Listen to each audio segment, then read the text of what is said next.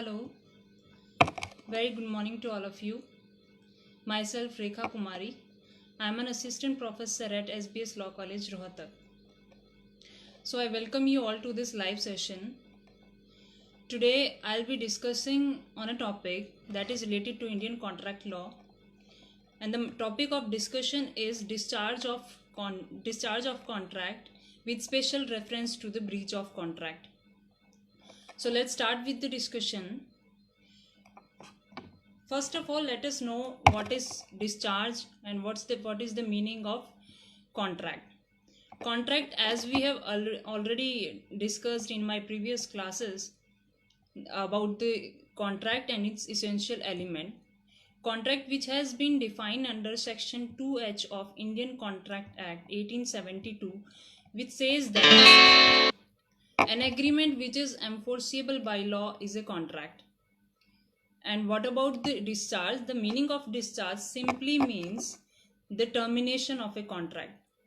The discharge of a contract, which is simply means as the termination of a contract or a contract which comes to an end.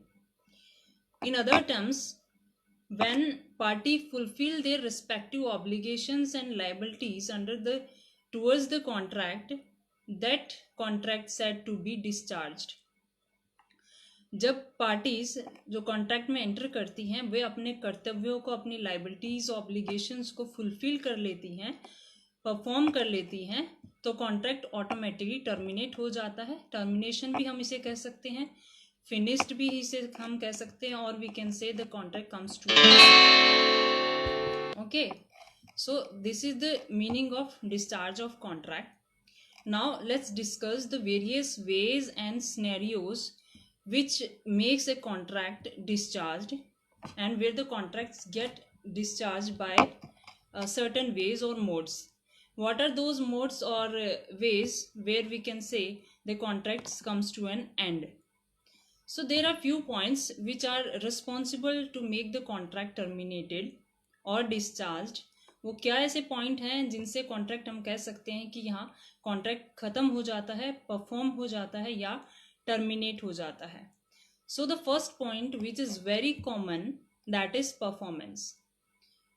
Performance is a first mode where we can say कि contract जो है terminate और discharge हो जाता है. अगर कोई party, suppose take an example, A and B is a party, promisor promisee. Promisor offer करता है प्रॉमिसी से एक फ्लैट को सेल करने का, और इन टर्म्स एंड कंडीशंस में वो फ्लैट जो है सेल हो जाता है प्रॉमिसी को. इन दोनों के बीच में जो कंसिडरेशन है वो फुलफिल हो जाती है, जो लाइबिलिटीज ऑब्लिगेशन है फुलफिल हो जाती है. ऑफरर ने सेल कर दिया और ऑफरी ने एक्सेप्ट कर लिया है, अमाउंट कंसिडरेशन दे दी है. इनके बीच में जो कॉन्ट्रैक्ट परफॉर्म हो जाता है, कंप्लीट हो जाता है, means a contract is been performed very well, तो ये कॉन्ट्रैक्ट जो है डिस्चार्ज माना जाएगा. The contract now comes to an end. This is the first condition where which is required as to be performance by the party in a contract. Now the second point is that is impossibility to perform. जब बात करते हैं contract के discharge की, तो एक और तरीका है जो नेक्स्ट पॉइंट है, वो है इम्पॉसिबिलिटी टू परफॉर्म का. अगर कोई भी कॉन्ट्रैक्ट और एग्रीमेंट परफॉर्म करना मुश्किल हो जाए, उसकी इम्पॉसिबिलिटी दिखने लग जाए, that means starting में in the initial stage or the post contractual stage, there are two stages where we can find that contract is not going to be performed or impossible to perform. ऐसा मुमकिन है, ऐसी possibilities होती हैं कि जैसे ही pre contractual जो terms and condition रखी जाती हैं कॉन्ट्रैक्ट में, वो परफॉर्म नहीं हो पाती. वो फर्स्ट स्टेज पे ही नज़र आ जाता है कि कॉन्ट्रैक्ट जो है परफॉर्म नहीं हो पाएगा. That means impossibility to perform the contract, that amounts to discharge of a contract. Take an example. अगर ऐसा होता है कि ऐसी टर्म्स एंड कंडीशन है कॉन्ट्रैक्ट में कि सपोज कि ए बी सी है, कॉन्ट्रैक्ट करते हैं एक दूसरे के साथ, एग्रीमेंट करते हैं. ए कहता है जब सी डेड हो जाएगा तो ही मैं आपको इतने अमाउंट दूंगा या ऐसा कुछ करूंगा. ऐसी कुछ कंडीशन जो पॉसिबल ही ना हो पाए, इम्पॉसिबिलिटी परफॉर्म हो जाए, तो कॉन्ट्रैक्ट डिस्चार्ज हो जाएगा. This is the second point. This could be at pre contractual, पहले ही पता चल गया है कि पता नहीं, ये पॉसिबिलिटी है ही नहीं कि वो मरेगा भी या नहीं मरेगा, और आप ऐसी कंडीशन रख रही हो जो मुमकिन ही नहीं है। तो impossibility amounts to a void contract, contract automatically void हो जाता है और ये डिस्चार्ज कर देता है कॉन्ट्रैक्ट को। ये हुआ प्री कॉन्ट्रैक्चुअल, जो हमें पहले ही पता चल जाता है। Now talks about the post contractual impossibility क्या होगी। सपोज कॉन्ट्रैक्ट करने के बाद this could be take an example of section 56 frustration of contract, जहाँ पे कॉन्ट्रैक्ट का सब्जेक्ट मैटर ही फ्रस्ट्रेट हो जाता है, डिस्ट्रॉय हो जाता है, तो कॉन्ट्रैक्ट ऑटोमेटिकली डिस्चार्ज हो जाता है। Where it is found that after making a contract हमें ये पता चलता है कि कॉन्ट्रैक्ट अब परफॉर्म हो ही नहीं सकता, इम्पॉसिबिलिटी है। सपोज उस केस में ये कहता है कि बंदा ये कहता है कि पर्सन जो है अलाइव रहेगा तो ऐसा अलाइव रहेगा तो ही ये काम होगा या कॉन्ट्रैक्ट परफॉर्म होगा। इन केस वो अलाइव रहता ही नहीं है, वो पहले ही अलाइव नहीं रहता है, डेथ हो जाती है पर्सन की टू द पार्टी, तो इम्पॉसिबिलिटी होगी, कॉन्ट्रैक्ट परफॉर्म नहीं हो पाया।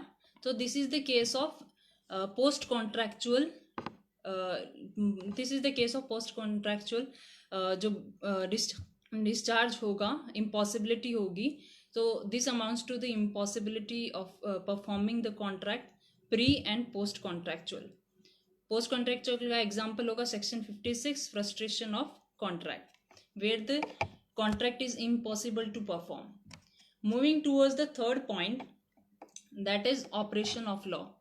ऑपरेशन ऑफ लॉ के जरिए भी हम कॉन्ट्रैक्ट को डिस्चार्ज कर सकते हैं। There are few points, sub points in operation of law which are responsible to make a contract discharged. क्या हो सकता है? The first case is death. In case contract में if any party कोई भी पार्टी टू द कॉन्ट्रैक्ट अगर वो dead हो जाती है, कोई एक पार्टी उसमें से नहीं रहती है, तो contract automatically bye operation of law discharge हो गया। The second point is insolvency. If the party to the contract get insolvent in any case or at any point of time, the contract gets automatically terminated. Now the third point is that is unsoundness of mind, which is very important aspect of Indian Contract Act. To get into to enter into a contract, it is very important the parties must be sound mind, major, or which is not disqualified by law. So soundness होना बहुत जरूरी है। If the party get unsoundness at any point of time during the contract get discharge और terminated. Decree and order, another point is by order and decree. If the courts give certain directions, ऐसा order करता है court पास जिसमें termination का order है, contract को discharge करने का ऑर्डर है, या फिर ऐसी डायरेक्शन दे देता है जिसमें कोर्ट खुद ये डिसाइड करता है यस कि आप कॉन्ट्रैक्ट जो है डिस्चार्ज किया जाना चाहिए। तो these are the few modes which are responsible to be these are responsible to make the contract discharged or terminated by way of operation of law. Now the next point is that is lapse of time.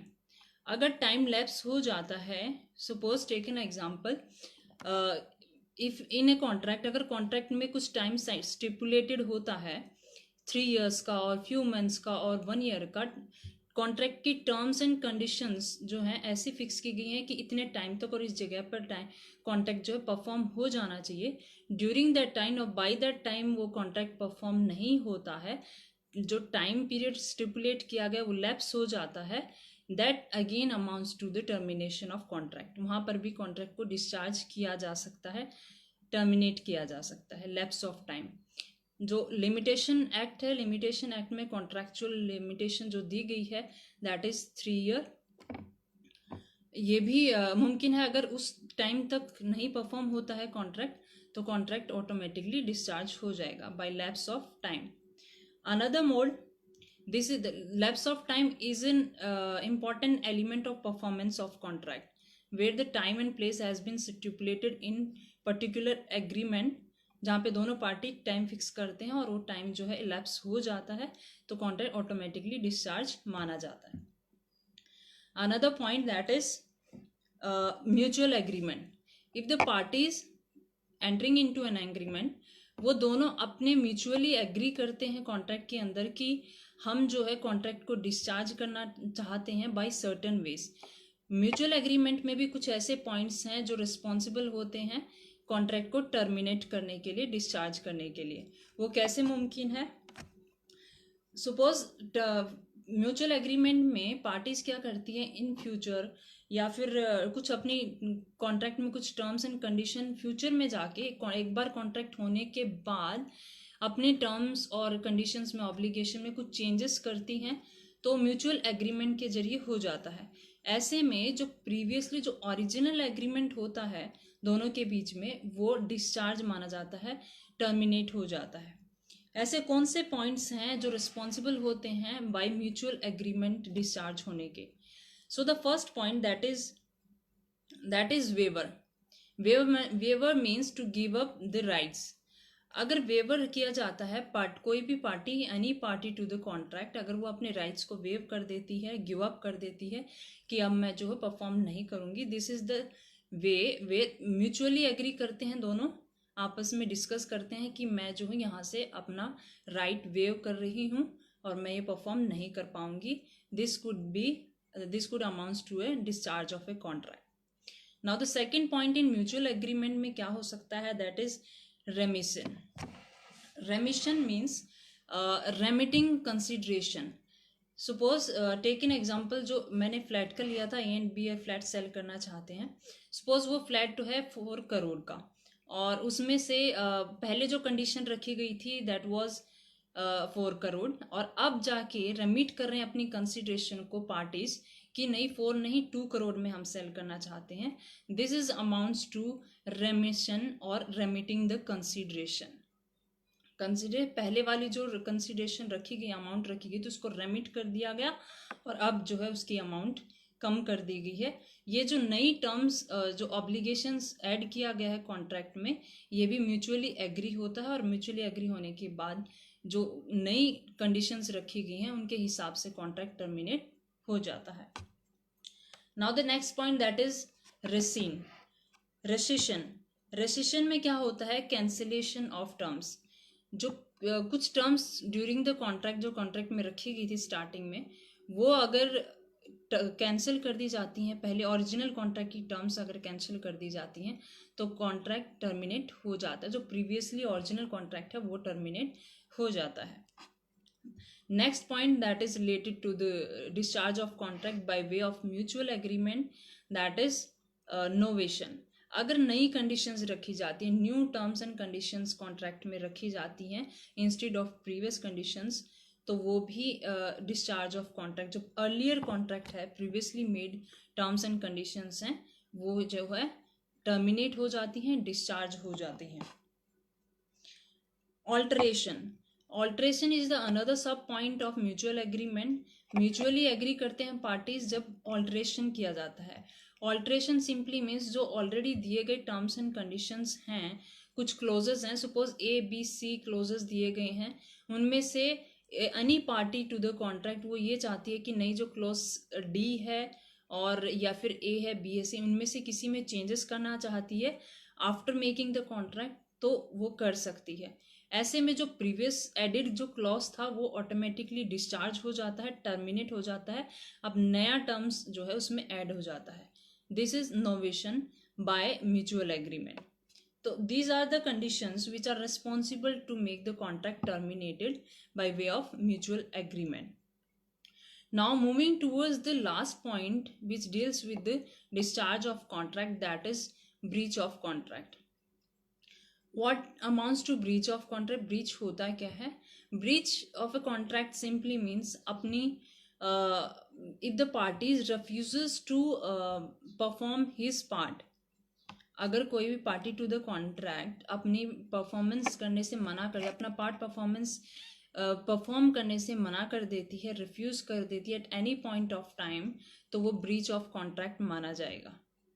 Now there are two points which are found in breach of contract. Breach of contract are of two types under Indian Contract Act 1872. That is, one is actual breach of contract and the second is anticipatory breach of contract.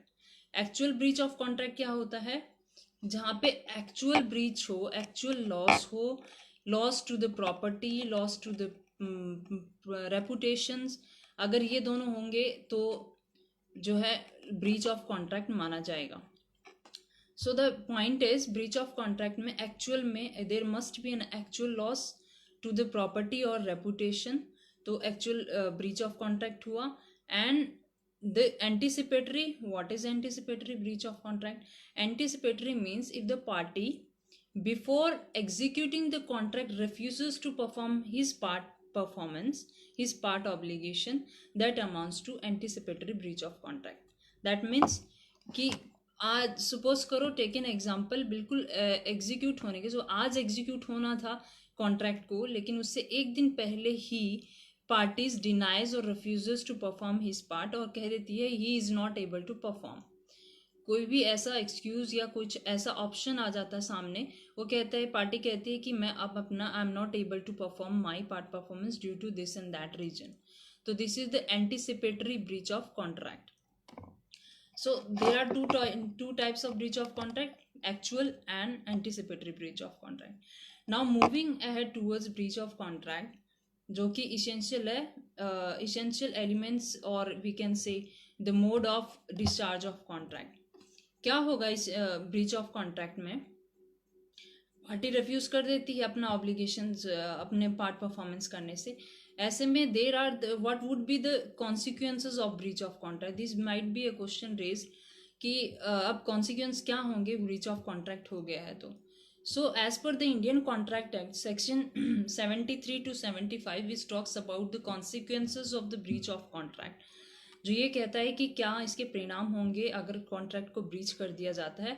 what would be the remedies which could be available to the aggrieved party or the injured party. अगर हमारे पास अब A and B suppose offeror and offeree हैं, promisor and promisee हैं, उनमें से कोई एक पार्टी अगर कॉन्ट्रैक्ट को ब्रीच कर देती है तो what are the remedies which are available to the aggrieved person और agreed party. So these are mentioned under section 73 to 75 Indian Contract Act, chapter 6 of Indian Contract Act, जो ये कहता है कि क्या क्या consequences होंगे in case of breach of contract. So the point is, let's discuss the few points which related to the breach of consequences or the remedies of breach of contract. क्या क्या remedies हो सकती हैं? The first and foremost, that is, पूरे cases में breach of contract में agreed party के पास राइट होता है शू करने का. The party can sue the person और द डिफॉल्टर जो ब्रीच ऑफ करता है कॉन्ट्रैक्ट का regarding the damages, suit for damages. Second, suit for part performance और specific performance, suit for specific performance, suit for quantum meruit, or suit for rescission of contract, or suit for injection. These are the few examples which are available. These are the few points or options which are available to the agreed party or remedies जो apply कर सकता है in case of breach of contract. So talking about the first point, that is सबसे पहले बात करते हैं suit for specific performance. Specific performance के लिए पार्टी जो है एग्रीड पार्टी शू कर सकती है कोर्ट में. वो ये कह सकती है जो ब्रीच करने वाला पार्टी है वो परफॉर्म करे अपने कॉन्ट्रैक्ट को, स्पेसिफिक पार्ट जो उसका पार्ट परफॉर्मेंस है, ऑब्लिगेशंस है, उसे फुलफिल करे अच्छे से. तो ये स्पेसिफिक परफॉर्मेंस के लिए शू किया जा सकता है. सेकेंड पॉइंट, डैमेजेस के लिए जो नुकसान एग्रीड पार्टी को हुआ है bye way of breaching the contract, तो उसके लिए डैमेजेस के लिए क्लेम कर सकती है पार्टी. क्वांटम मेरिट के लिए कर सकती है as earned. Quantum meruit means जितना अर्न किया है एग्रीड पार्टी की सर्विसेज से, अनदर पार्टी ने जितना अर्न किया होगा वो वापस से रिवर्ट कर दिया जाए एग्रीड पार्टी को, तो क्वांटम मेरिट के लिए भी पार्टी जो है शू कर सकती है. Next point, that is rescission of contract. अगर पार्टी एग्रीड पार्टी चाहती है कि कॉन्ट्रैक्ट को रिसीन कर दिया जाए, आगे उसे भी परफॉर्म नहीं करना है, तो कॉन्ट्रैक्ट की रेसिशन के लिए भी शूट फाइल कर सकती है. Now the last point, that is जो होगा लास्ट पॉइंट होगा वो होगा suit for that is injunction. Suit for injunction के लिए भी अप्लाई कर सकती है agreed party. Injunction simply means to provide और टू गिव द स्टे कर दिया जाता है कॉन्ट्रैक्ट को उसी वक्त जब लगता है कि एग्रीड पार्टी को ये लगता है कि नहीं कॉन्ट्रैक्ट की परफॉर्मेंस ज़रूरी है और हो नहीं पा रही है ड्यू टू सर्टेन रीज़न, तो agreed party can claim for injunction as well. Take an example of injunction. Suppose ऐसा कई बार सुनने में आया है कि कई बार पेपर लीक हो जाते हैं, कॉम्पिटिटिव एग्जाम के क्वेश्चन पेपर लीक हो जाते हैं. ऐसे में जो एग्रीड पार्टीज होती हैं वो कोर्ट में अप्लाई करती हैं, शू फाइल करती हैं टू स्टे, कि यहीं पे स्टे ऑर्डर के लिए डिमांड करती हैं कि इंजेक्शन मांगती हैं एक, और वहीं पे रुक जाता है. और उसके बाद लेटर ऑन जब कभी हालात ठीक होते हैं तो दोबारा से एग्ज़ाम को कंडक्ट किया जाता है. This is the case of example of injection. So these are the few points or a few remedies which are available to the agreed party in case of breach of contract. So this is all about the discharge of contract with including breach of contract. Thank you all.